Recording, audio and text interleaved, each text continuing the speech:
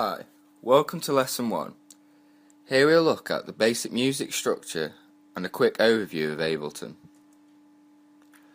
The basic structure of dubstep is a 4x4 beat at 140 beats per minute. The bars are then as followed. Bars 1 to 32 are known as the intro. You want to keep these simple and easy to follow rhythmically, so DJs can beat match it easily. It could be 16 bars. It doesn't really matter too much as long as it's either 8 or 16 bars apart. Bars 33 to 64 are then known as the drop.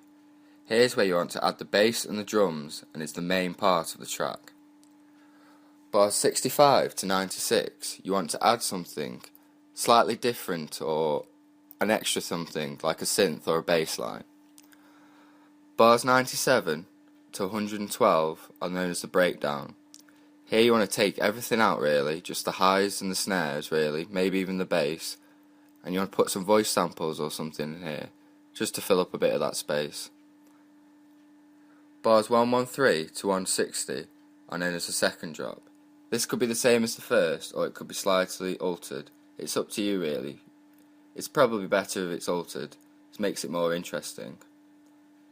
Bars 161 to 176, you will then want to take something out, like a synth, or alter a synth. Bars 117 to 208 are known as the outro.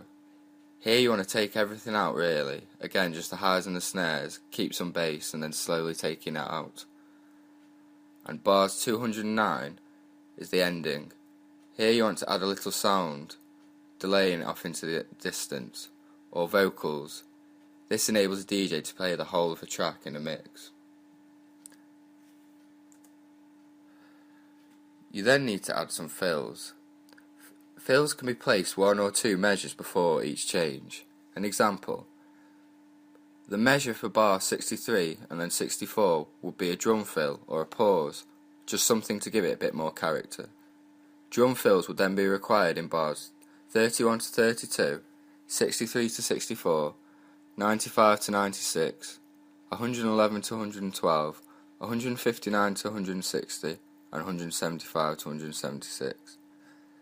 This is for the DJ, so they know when to play the next track, or what section of the track they are on. We'll now go over and have a look at Ableton. If we open Ableton up, this is what we will see. We have the session view and the arrange view. If you go down to the section at the bottom, you get the info viewer section. This will tell you exactly what everything is in Ableton. Here we have an audio clip and a MIDI clip. We will speak about these in the next lessons. Here is the navigation. This hides the navigation bar. We then have the live device browser. This is like where instruments are stored, or audio effects and MIDI effects. Again, we'll come into these in greater detail in the later videos. We also have VST plugins. Again, we will speak about these later. Here's one for example, Massive.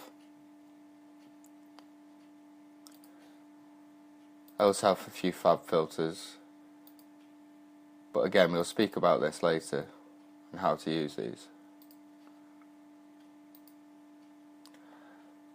We then have file browsers. There's 3 of these. This just lets you know exactly where everything's stored. So here it's in the desktop, and then you could have somewhere else, like your workstation or documents. Just there to help you really.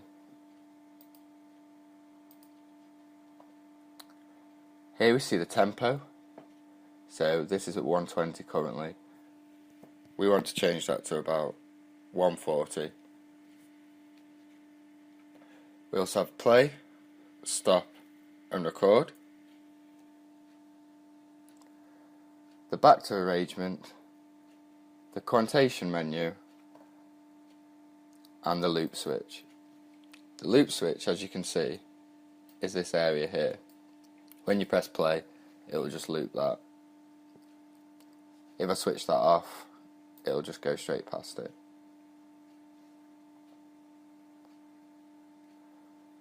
In the next video, we'll start making our own track.